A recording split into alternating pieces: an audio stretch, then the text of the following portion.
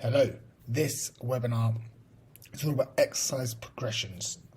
When, why, and how to progress your exercises.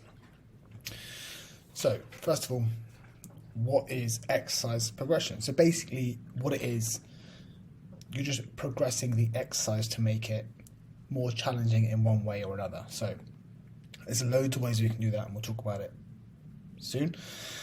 But we need to, in everything in life, we want to try and progress to get slightly better, a bit stronger, a bit fitter, a bit more skillful, all these things. So we're just pushing ourselves. Like, you get yourself in a comfort zone where you can do 10 press-ups, feels quite comfortable.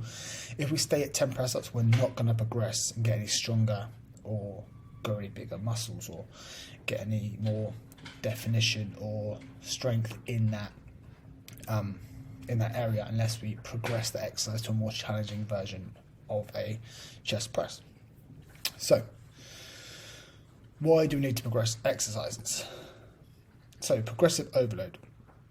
We want to constantly overload our muscles with what they can do to make them adapt to be stronger, fitter, have more endurance, be more defined, all these things. So the picture we've got here is an old story of Milo of Croton, which is an old Greek fable almost. But basically it tells the story of how Milo used to carry his cow up to the top of the hill because it had the best grass, so he would feed the cow the grass. When it was a little baby cow, put it on his shoulder, carried it up and carried it back.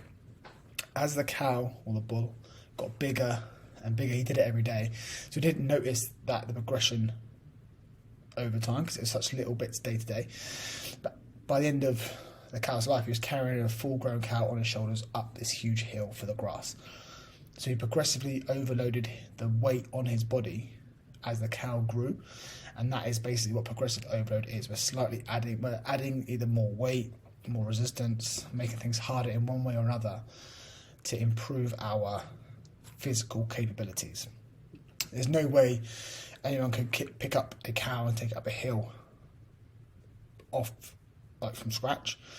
But if you carry it every day, as the cow gets heavier and heavier, you're getting stronger and stronger with it. So we want to kind of keep doing that progressive overload, constantly adding a little bit more to what the body's capable of doing to make it adapt, to make it stronger, make it fitter, to become the best versions we can be. So that is what progressive overload is, and that's why we want to progress the exercises that we're doing. It creates new stimulus for the muscles. So changing different exercises or changing variations of an exercise will stimulate muscles in a different way. This makes sure we hit all different muscle groups, but also all different parts of the same muscle. So all the muscles have a kind of a start point and an end point, called the origin and the insertia, which is a bit too technical, but basically different exercises will work different ends of the muscle differently. And so changing up the exercises just make sure we get a nice full kind of approach to hitting each muscle through each range of movement and at each end of the muscle. Cool. And it keeps it interesting. So you can forget what you've heard about shocking the body, keep it guessing. We could stick to 6, maybe 8 exercises, repeat them for the rest of our life, and we'd get results. As long as we increased the weight, or increased the reps, or progressed, and had some kind of progression in there, we could do the same exercises forever, and we'd still make progress. But what is often the cause of people giving up, or whatever, they get a bit bored. Doing the same exercise becomes boring. That's why there's constantly a change on Instagram, TikTok, all these things. There's like a new exercise, a new routine. Everything's always different every day. So but without keeping the same exercises frequently, we don't really progress. So if you do a squat once every 2 weeks, you're going to find it very hard to progress in that squat because you're doing it so infrequently. But if you do squats every single day for 8 weeks, that squat can get quite boring. So you want to find that middle ground between doing something long enough to progress, but not too long that it becomes boring. And so progressing exercises helps to keep us mentally motivated in the game to try new exercises and improve and stuff like that. So that's another reason why we progress exercises. So now different ways we can progress exercises. So easiest one is to increase the weight. So very simple, you can do that on most things. Increase the amount of weight you're lifting. Keep the reps, the sets, the rest, keep everything else the same, just increase the weight slightly.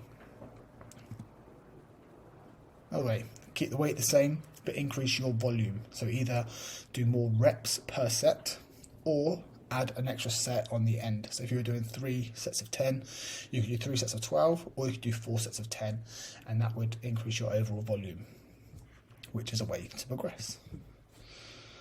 You can reduce your rest periods, go from 90 seconds down to 60. That just reduces your body's ability to recover as much, and therefore you're challenging it to become better at recovery, and just have more endurance because it has to react and recover quicker to repeat the exercise again. Change of equipment. So something simple like a bench press on your chest to doing dumbbells on your chest. Something simple like that makes your muscles work differently. So when you do dumbbells, there's a lot less stability, and therefore your muscles work differently to control the movement of the dumbbells as well as the pushing. Whereas with a barbell, both hands are on the same piece of kit. There's a lot more stability there, so you can focus on pushing a lot more weight.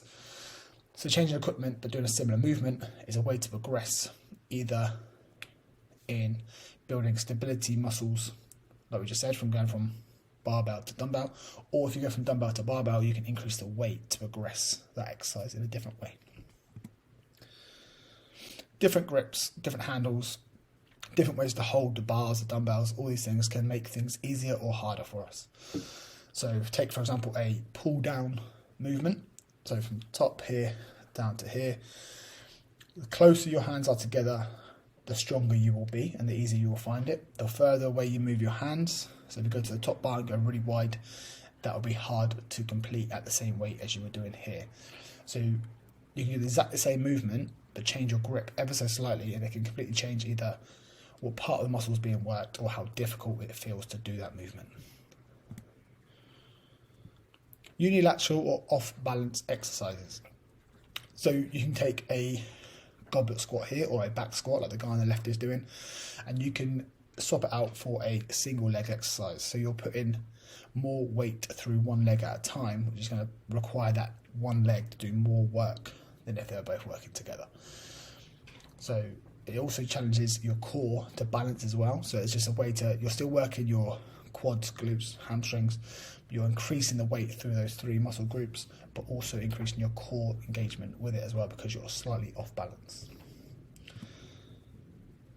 And then you can also manipulate the sets and get a bit technical and complicated with how you do things. So superset, when you put 2 exercises together. So if you're finding that your chest press is getting quite easy, you can mix chest press with a rowing movement or a tricep movement. So just without any resting between, so go from chest to back straight away, no rest. That's just going to increase your volume of work and kind of push everything together. So as you're tired, you're going straight into another exercise. It's going to challenge you to work harder, which is going to progress you. Drop set, you do your sets, so 3 to 4 sets of bench press like the guy's doing there in the middle.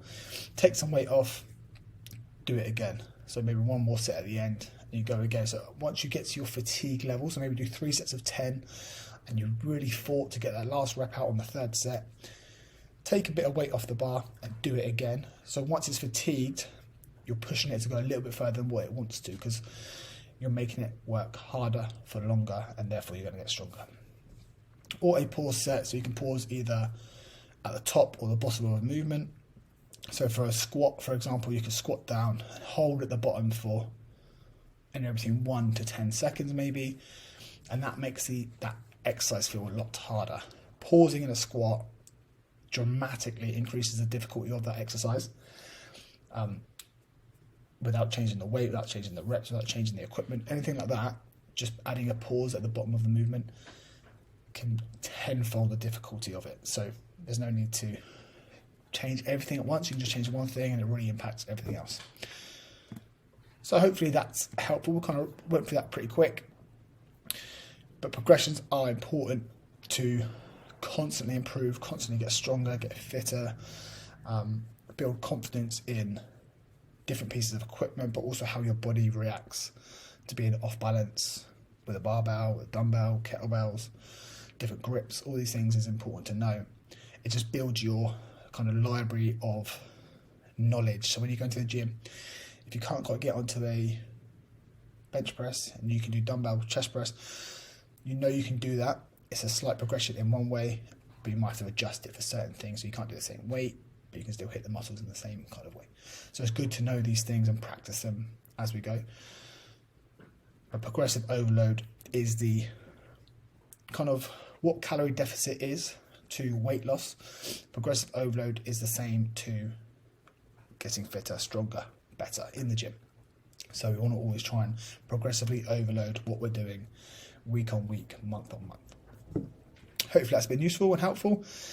And let me know if you've got any questions, and I'll do my best to answer them as in-depth as possible.